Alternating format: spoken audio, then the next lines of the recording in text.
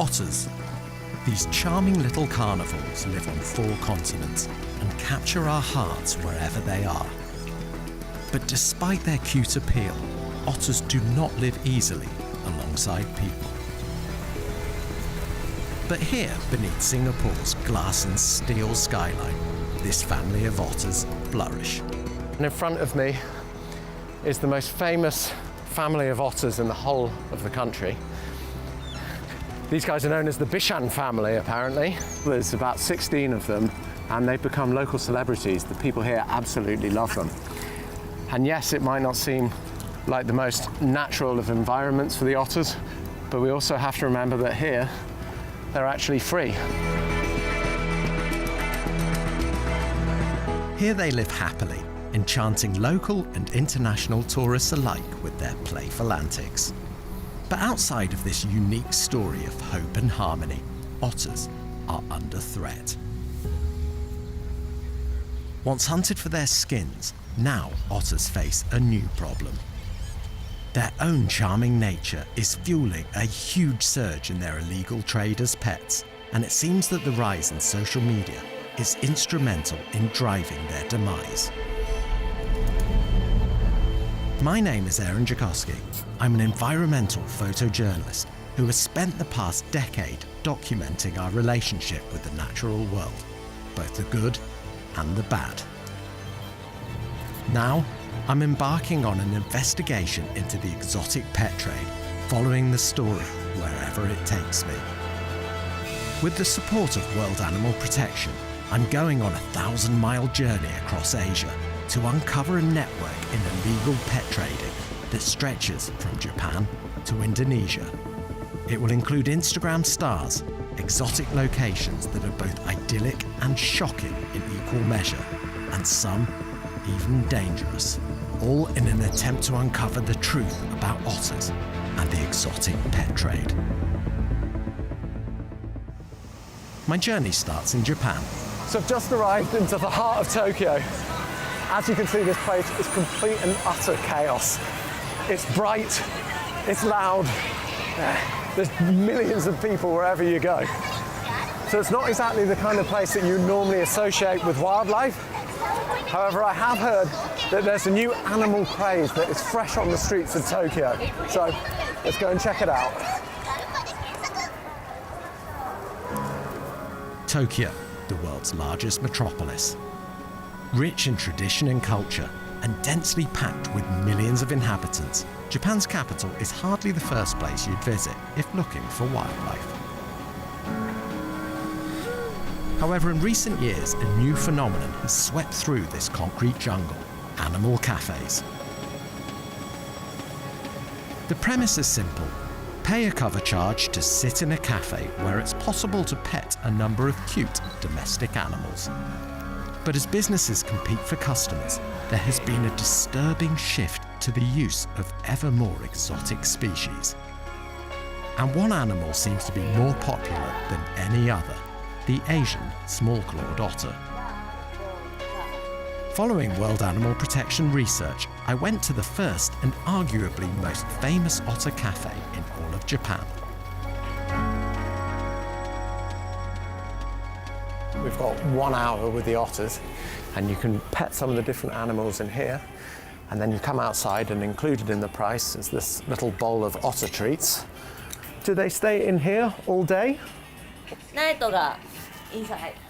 In this Yes. cage over here? Yes. Oh, okay. Where did they come from? Japan. In Japan? Breeder, yes, breeders. Oh, so they're bred, Yes. so then you get them. Thank you. How many do you have? Otter 3. Only 3? Yes. Ah, okay. Kept in a small plastic presentation box with a hole large enough only for visitors to feed them through. Can we really believe these captive animals are happy and well cared for? If this was the most highly rated cafe in the city, I wondered what the other establishments would be like. Yeah, this is Otter Huatho Habitat, the only protected breeding facility in Southeast Asia. I wonder if this is where they're getting their otters from. This would prove to be a very different experience. And one of the things that you notice here is the stench. It absolutely stinks. And a lot of the otters seem pretty agitated. This is very different to the last place that we visited. We've got bright lights, we've got pumping music, you've got otters stuffed into all of these tiny little cages, being picked up, manhandled by tourists all the time. That's really not good. Wild otters almost exclusively eat fish. Here they have no choice but to consume a diet dictated by their owners. Otters spend the majority of their time in the water, but in cafes like this, most don't have access to any at all, and I soon saw disturbing signs it was clearly affecting their mental and physical well-being. And this otter has actually gnawed off part of its tail. Don't know if you can see here, but there's just a little bit of a nub remaining. And if that's not a sign of a distressed otter, then I don't know what is.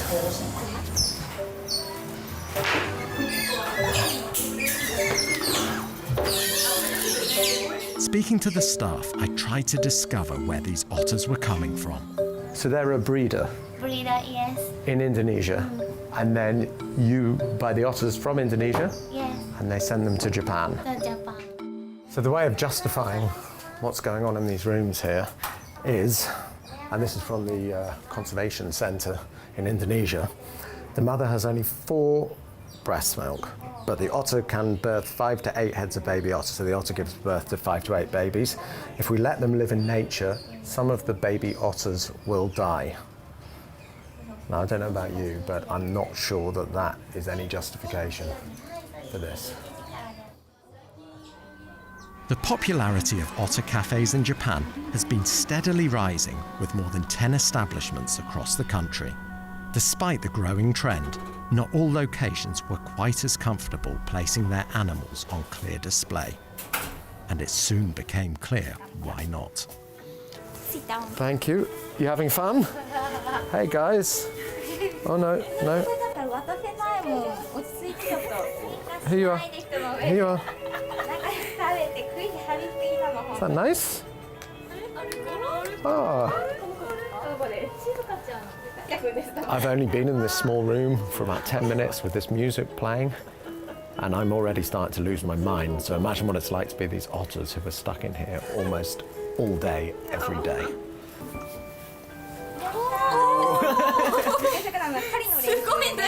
All right, well, this isn't weird at all. Okay, so our timer's up here. A very eye-opening experience. Looks like these particular otters are bred in Japan and then brought here, whereas the other place we found out that they were actually importing them from Indonesia. So it seems like this whole otter trade is a bit of a web. All right, let's do it. So that was a really interesting day exploring some of the otter cafes here in Tokyo. Some were definitely much worse than others, but for me what was so confusing is, where are they actually getting these otters from? Because some were saying that they were being imported from Indonesia, whilst others were saying that they were actually being bred here in Japan. So for now, otters in Tokyo is all a bit of a mystery. After the final stop on my Otter Cafe tour, some big questions still played on my mind. Where were these animals coming from? And what was driving the demand for keeping them in captivity?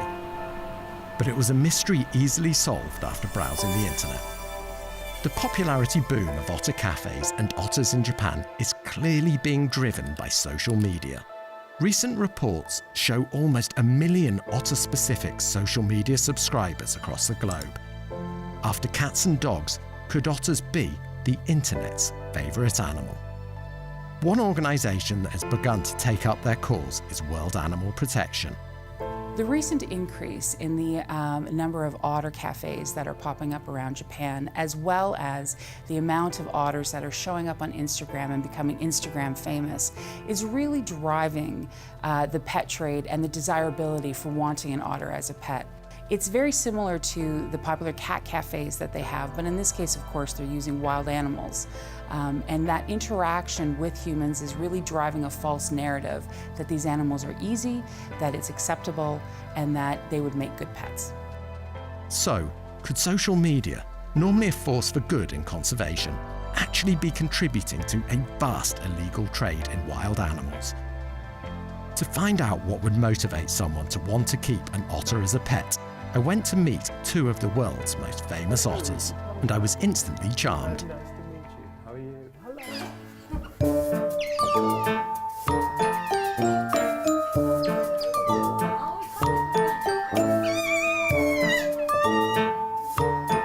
They're like mini Tasmanian devils, just running around in circles, playing with all of their toys, playing with this beautiful young lady here. These guys might be the same size as a cat, very cute as well, but they're definitely not domesticated in the same way. Very rowdy.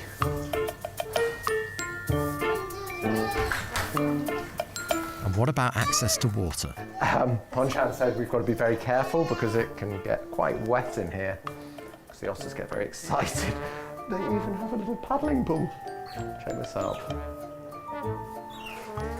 That is crazy. That is one thing that you would never see with a cat or a dog or pretty much any other household pet. As you can see, these are very much wild animals.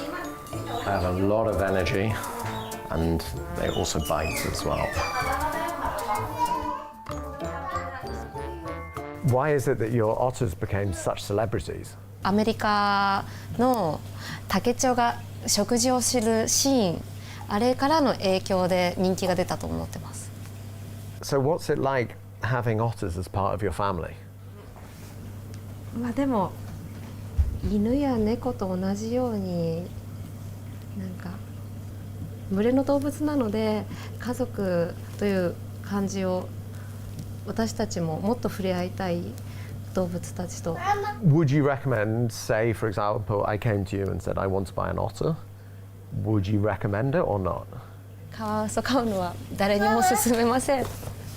なぜならやっぱり噛みついてしまうのと家を壊してしまうから、あとお水代がすごいかかるんで、可愛いからって安易に飼うことはやめた方がいい。 Where did you get them from? 最初に買ったカワウソの横浜生まれのそこのお店で買った最初で、今は紹介して探してもらわないと今はもう貴重なものなので手に入らないから、とにかく日本中を探してもらいました。そこのお店。 Ayako's message is clear. Don't try this at home. But her social media posts are clearly having the opposite effect. And she is still trying to buy otters locally. Despite otters clearly being loved nationwide, with wild populations declared extinct in 2012, where exactly were all these animals coming from? Based on what Ayako had told me, I dug a little deeper into the exotic pet scene. Soon, I picked up a lead.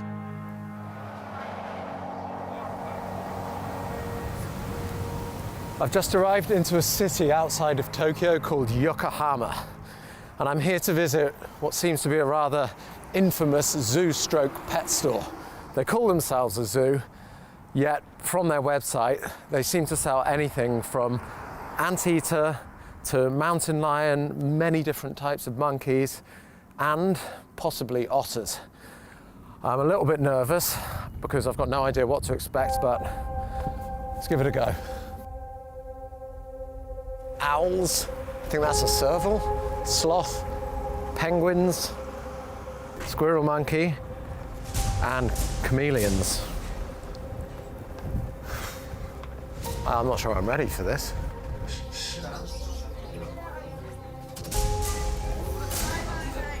I've literally never seen anything like this before, ever. This is insane. There is literally every type of animal you could ever imagine seeing here. A porcupine, for example. And it's, oh my word, a binturong. Oh. I lived in Borneo for a few years and only ever saw one binturong out in the wild. And now here's one in a tiny little cell. That's very, very sad. This is insane. This is actually insane. What was equally as insane was that they seemed to have no problem with us filming all this, as the owner explained. My purpose is to show people how attractive animals are. Yeah. Not from the internet, but actually smelling and hopefully touching. If animals are under stress in the cage, they go like this all the time. They don't think about breathing, particularly the rare ones. And what about otters? Well, I bought otter from Europe. It sounds funny to import Asian otter from Europe, but they breed the otter. That's why I had a chance to introduce the first pair. Would it not just be easier to get them from Asia? Or I didn't cheaper? have connection there. I'm looking for breeding this one with another male I have. But last time I wasn't successful. She rejected. So I separated them to wait for the right timing. Animal lovers, they may criticize what I do by saying, those are not pet animals. Those are wild animals. I wouldn't say, but I think, who are you to decide? Who are you to label?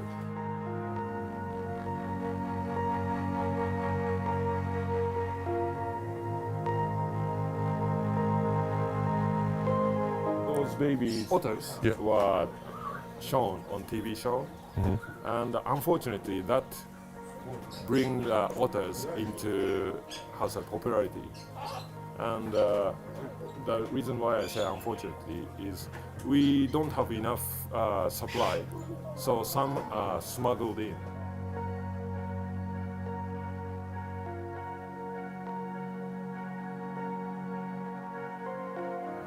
Right, so now to try and make sense of all of that. There were so many exotic animals, many endangered and critically endangered species. And with regards to otters, he did have a couple that he's been trying to breed, but has been unsuccessful. The only times he's ever imported them, he's actually brought them in from Europe and not necessarily Asia. So this is all a bit confusing and probably leaves me with more questions than answers.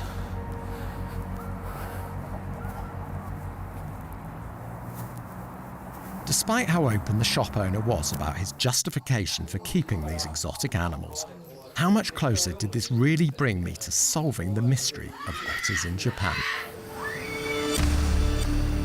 Then that night, I got the break I so desperately needed. I managed to make contact with an undercover investigator and set up a secret meeting. The only instruction I received: meet at Harajuku Station at 3 p.m. the following day.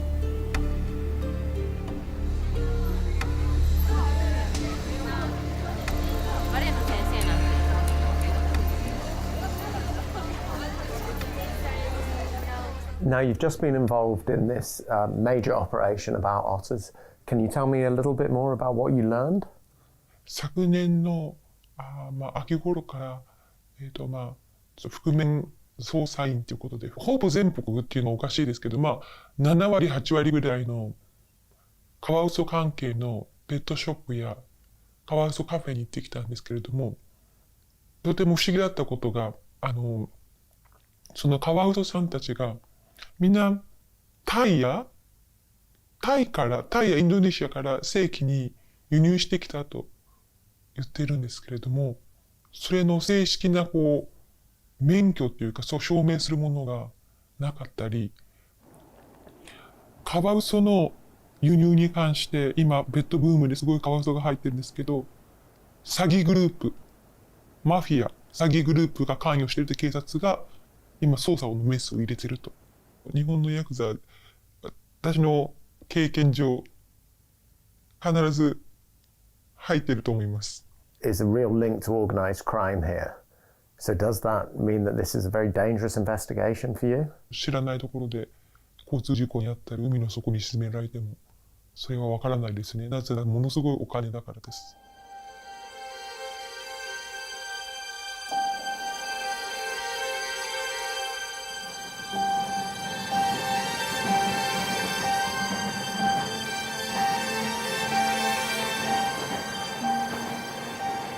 hearing of the Yakuza involvement in otter smuggling into the country to feed the growing demand for pet shops and cafes, I was worried I was heading down a path I didn't want to follow.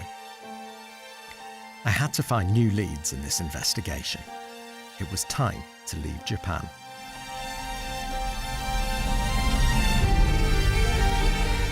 And head 2,000 miles south to a country I had come to know very well. Here, amidst prime natural otter habitat, I met up with an old friend, otter expert Leona Y, to see if she could put into perspective what I had witnessed in Japan.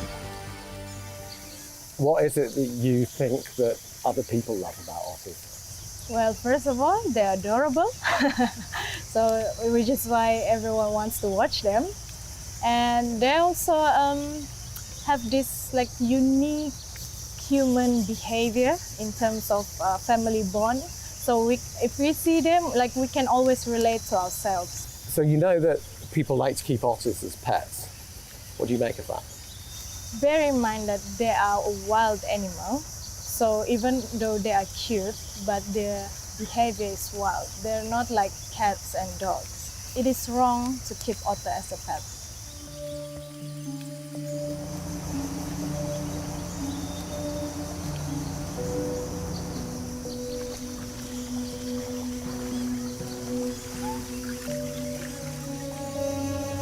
So this otter spent the whole time with its tail in its mouth. Biting its tail. One of the stress behavior that you can see.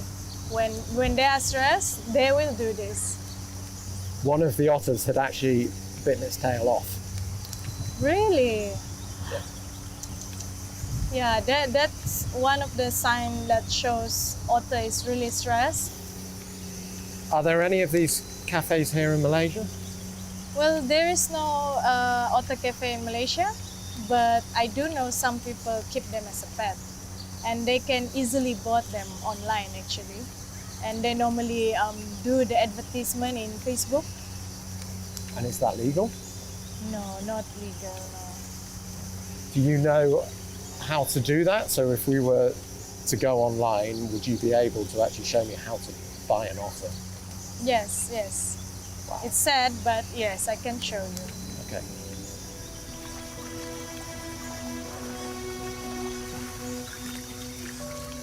Back at her field office, Leona showed me that even in rural Borneo, social media is instrumental in driving the exotic pet trade. That is a baby otter. So here, Leona has shown me that otters are definitely being advertised right here in Malaysia. Can't even walk. They've been taken away from their mother, Yeah. and now someone is trying to sell them essentially to a complete stranger. They need their mother milk, so for nutrition and all the survivability skill they need to learn. This is just 1 month. They can't do anything on their own when they are adult. We decided to take a bold step and contact the seller directly. Just how easy could it be to purchase a baby otter online? So he was saying that he needs to confirm it first if there's stock. What do you think the chances would be of these animals surviving in the hands of a stranger? Someone who probably knows absolutely nothing about how to keep an otter. Oh, 0%, almost zero. He will post it evening and then at night it will already arrive. Oh, and he sent a video. Oh my. Has also very kindly offered to sell us a baby langur. And it was on discount as well. See, Yeah. he was saying that he was selling it 750, now it's 650 ringgit. All right, that's roughly £130. But either way, to think that you can buy a baby otter for a relatively small amount of money is kind of mind-boggling. As crazy as it was that it was so easy to buy exotic pets online in Malaysia, Leona soon revealed that the market here paled in comparison to other countries in the region. Is it exclusive to Malaysia that you can buy otters online? You can also get it in other countries, especially Indonesia. More than this, do you think? Yeah, More than Malaysia? definitely more than Malaysia, yeah. That was a really eye-opening chat with the owner, particularly because there's one place that keeps coming up again and again and again as a source of these otters. So maybe that's my next stop, Indonesia.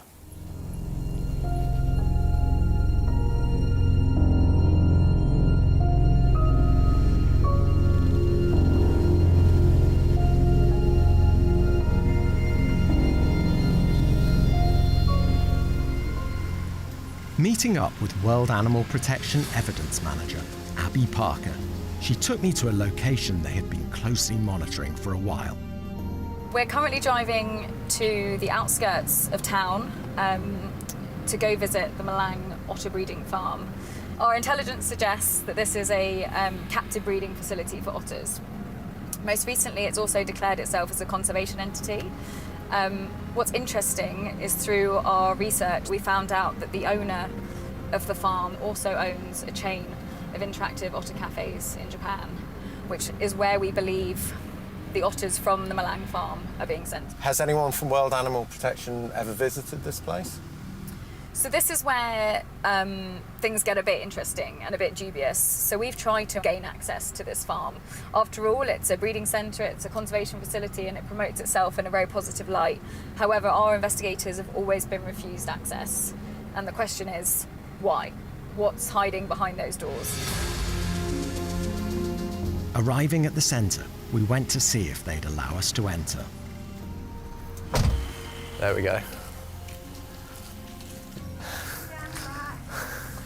Smells not good at all.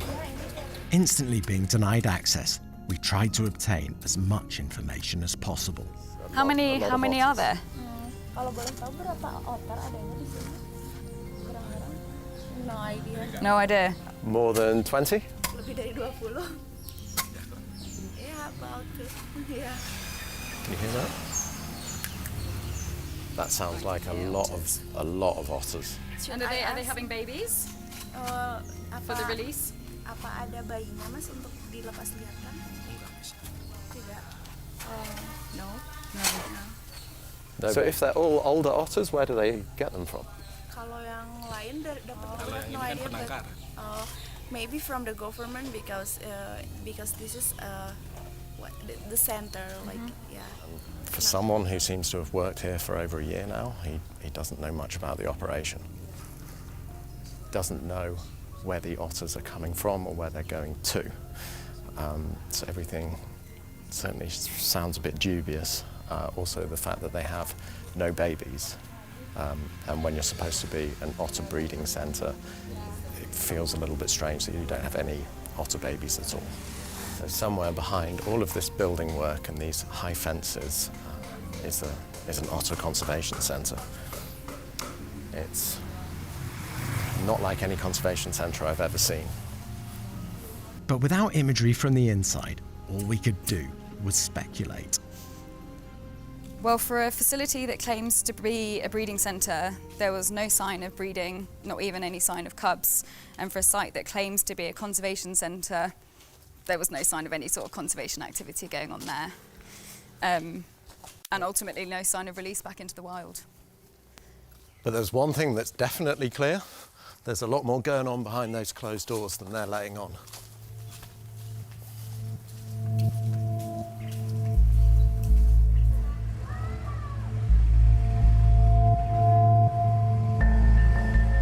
That night, Abby explained exactly what their ongoing investigation had uncovered. I think the biggest issue that we're having is that this farm was originally founded as a breeding farm. However, it's now describing itself as this conservation entity. Having spoken to the owner of the farm, who also owns these Japanese cafes, he said that he wants to return as many otters as possible to the wild. He's actually committed to returning 10% of the stock that are born in this facility to the wild, and the remaining 90% can be exported to Japan, most likely for the pet industry or these interactive pet cafes. That, to me, isn't a conservation facility. What was interesting is that he said that they have only released 2 otters in the last year, right? And also, he mentioned that there were no cubs whatsoever. The Japanese cafes are telling us that they're only importing the 5th otter cub, the weak otter. We know that the cafes are importing 50 to 60 otters per year. Now, the numbers simply just don't make sense. If they were going to import this many otters, we'd have to see a production of about 250 otter cubs per year if it was true that only the 5th otter cub was being imported. Those numbers just don't make sense. Nothing quite connects. We know that they may have legitimate documents to be able to export the otters. And we know that there's often the involvement of corruption on the law enforcement front from officials, from representatives in the government. And it's clear, and I would suspect that that's what's happening here. Frustratingly, without access to the suspect farm or imagery from the inside, I had to look elsewhere to try and connect the dots. Remembering what I had been told by Leona, perhaps social media here in Indonesia could provide some new leads.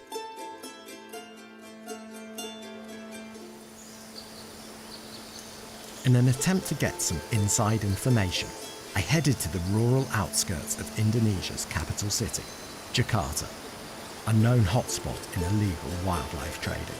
Here in the lush tropical hills that surround the city, I found what appeared to be a growing online community of pet otter owners.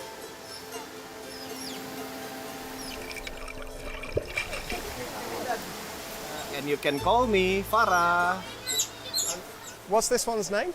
This one is Icha. She's a female, 7 years old. So when you bring the otters out here into the natural habitat, Yep. and you show pictures and you share them on Facebook, does that encourage other people to have otters as pets? Yes, they do think that, oh, it's an otter, it's cute, I want them also as a pet.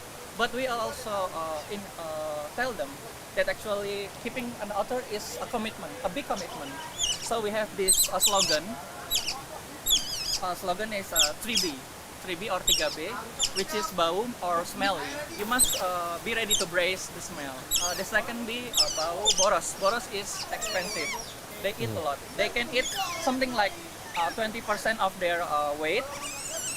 So In just one day? In just one day. And the third one, bau, boros, berisik. Noisy, berisik. So noisy. I can hear that. Yeah, you can hear them being so noisy in this open area. Imagine that noise is in your house. This lies at the heart of the problem.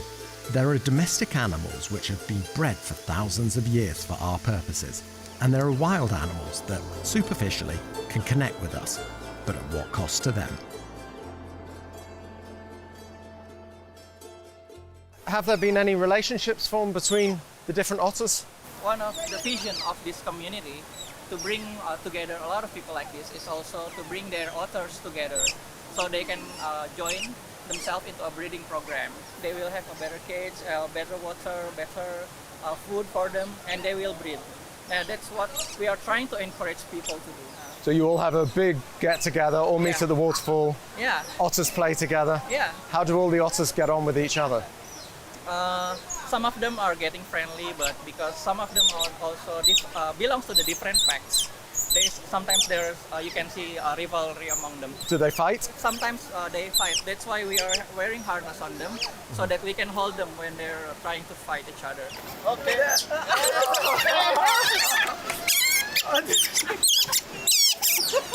Wow! Can you imagine? Imagine if that was your toe. That could have been your toe. Yeah. Their passion for otters was clear, but so was the enjoyment they felt from the novel fame that came with owning them as pets.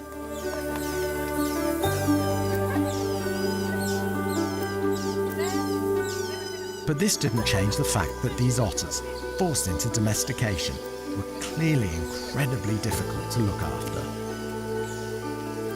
Who was really benefiting from this pet-owner arrangement? They're not just exotic, they are smart.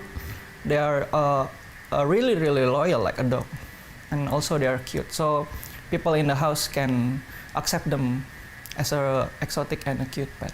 How is it that you actually ended up owning otters as pets? Most of my friends acquire their otters from people who think that the otters are a pest in their village. They are so naughty that they will play in the rice field, in the paddy field, and make it a little bit messy. And the farmers doesn't want to think in a long term, so they just keep shooting it using air guns.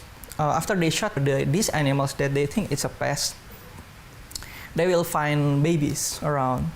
And those babies sometimes being killed, sometimes being sold. And that's where the people get the otters from. We make a program to mate them. And I'd say it's quite good and successful. It's been more than 5-6 times. And I want to encourage more people to do this, so that people in next decade, maybe I say, it will be better for them to breed the otters, and we are not going to hunt them anymore. It turns out that the farmers are upset because the otters will go and eat all of their fish, or they will go and ruin their paddy fields. So they will get an air rifle. They will then go and stalk the otters. They'll find the parents, they'll shoot them, they then take the babies and sell them into the exotic pet trade.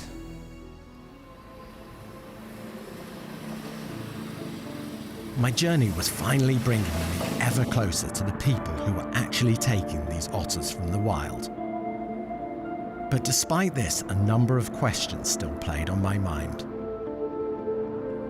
Who exactly was ordering the capture of these otters from the wild? Where were the babies being taken? And on what sort of scale was this happening? Without these answers, I couldn't get to the bottom of what was really going on. But sometimes, in this game, it's all about patience and persistence. If you do enough digging, you eventually uncover the truth.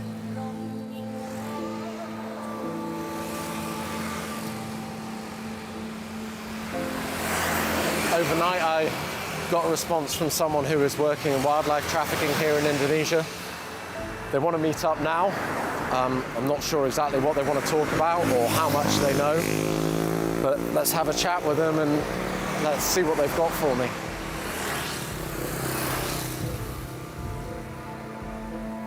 Beberapa bulan yang lalu, saya sendiri melakukan investigasi terhadap jaringan perdagangan berang-berang di Indonesia, dan saya menemukan satu fasilitas breeding di Malang. Saya berpura-pura sebagai pembeli. Saya diperbolehkan masuk. What did you see? Kandang-kandangnya juga tidak begitu bagus pengaturannya, dan ya kotor dan kurang rapi lah di dalam itu.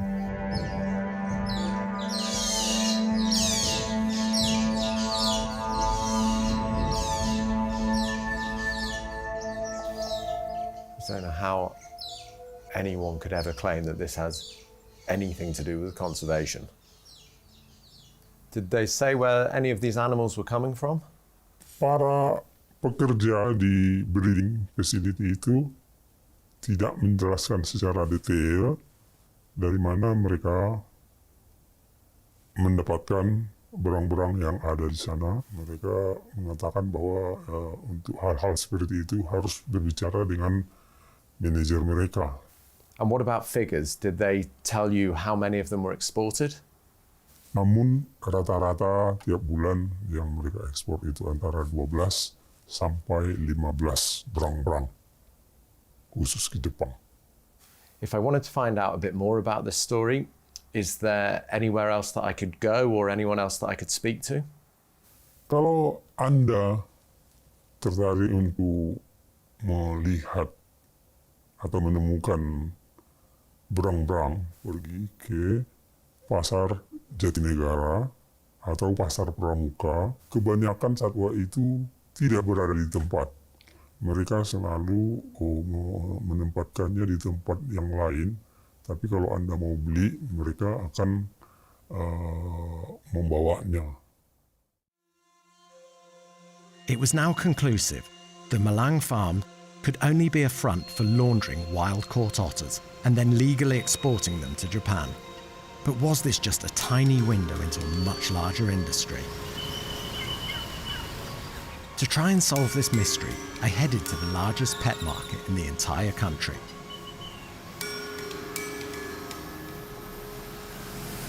Now I'm a little bit nervous about going in here because anything to do with exotic pets is often viewed as kind of dodgy ground. But I want to go here, I want to speak to people, I want to see if they have actually got any otters, and if they do, where they're getting them from, and potentially are there any links with organised crime. I don't know if people are going to speak to me. I think they might be a little bit wary of a tourist kind of walking around with a camera, but let's give it a go, yeah? Whilst I visited these sort of places before, nothing could prepare me for the scale of what I was about to see.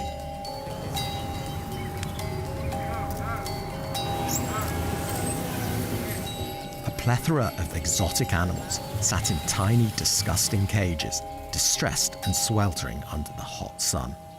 Oh my word. That is horrible.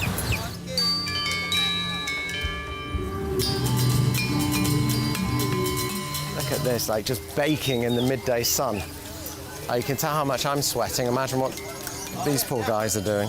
Walking around the market, it's not hard to believe that Indonesia is considered a global hotbed for the exotic pet trade. Across Facebook alone, there are hundreds of public and private groups dedicated to exotic pet ownership, comprising hundreds of thousands of online members. And legality of pet ownership is a grey area. So no barang-barang because you get arrested, because it's illegal. I see. All right. After almost a day spent surveying the pet markets of Jakarta, I finally found one man who was willing to talk, so long as we could hide his identity. Finally, we have a lead. The gentleman over there said that they do have barang-barang, they do have otters, so now we just got to head up to the 3rd floor and check it out. Any kind of animal they can provide you. Yeah, if the price is right. What? Baby tiger. Baby tiger? No, white monkey. You can buy a baby tiger here in Jakarta. 2001.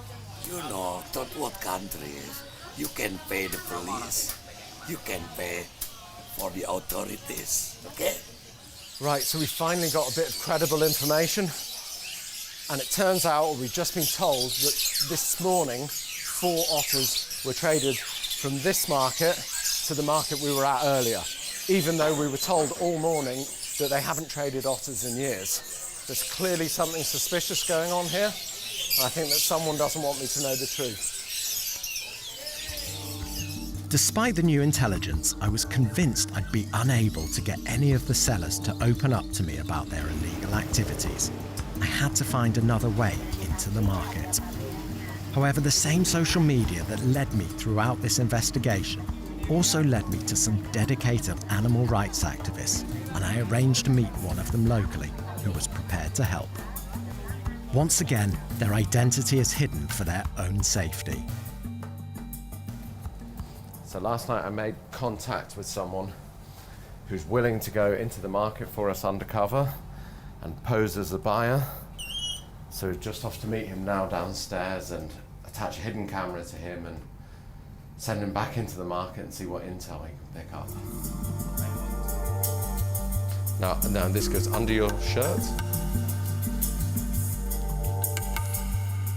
Recording. Good to go? All right, good luck. Okay, let us know, keep us posted on WhatsApp. All right.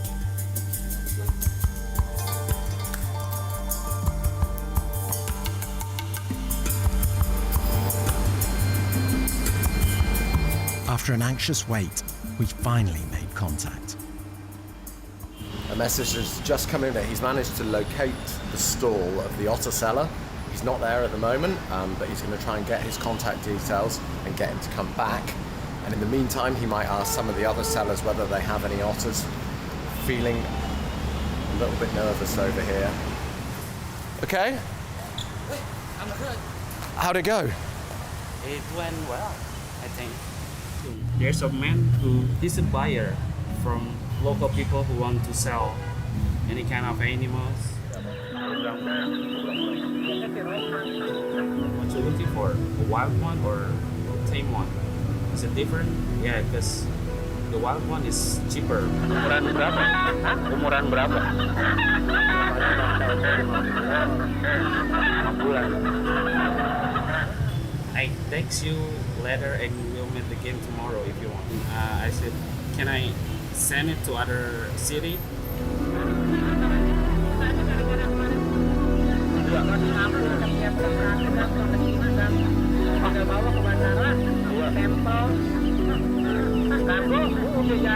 He has exported otters Yes, before. exported not just otter, any animals.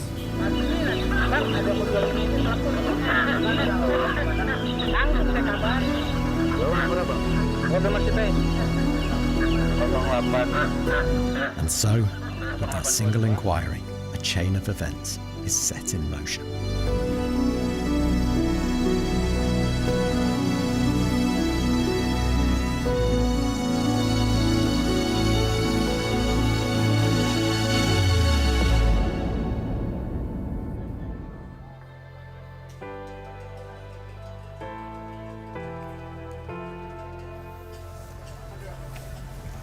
I just don't get it. Why is it, as humans, that we think that everything is just here for us to exploit or enjoy? Just take otters as a small example. We rip them from the wild, we then take the babies, we keep them in our houses in habitats that are completely unsuitable for them, and then they're manhandled by humans for the rest of their lives. But the really sobering thing is that otters are just one of thousands of species that are actually used in the exotic pet trade. And so in fact, they're really just the tip of the iceberg.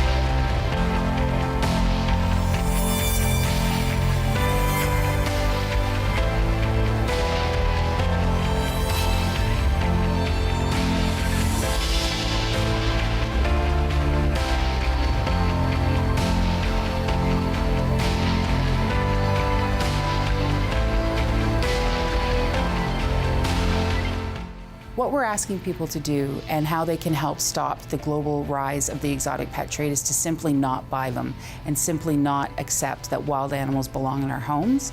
Wild animals belong in the wild.